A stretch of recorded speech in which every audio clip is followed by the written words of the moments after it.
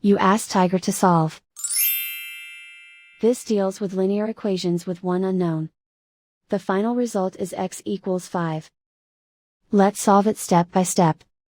Group all x terms on the left side of the equation. Add 65x to both sides. Group like terms.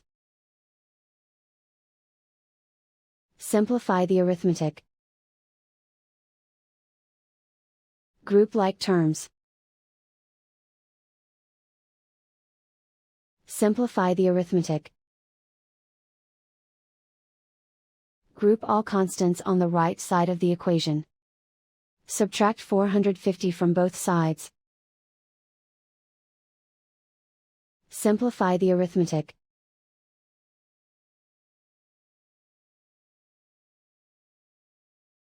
Isolate the x. Divide both sides by 105. Simplify the fraction.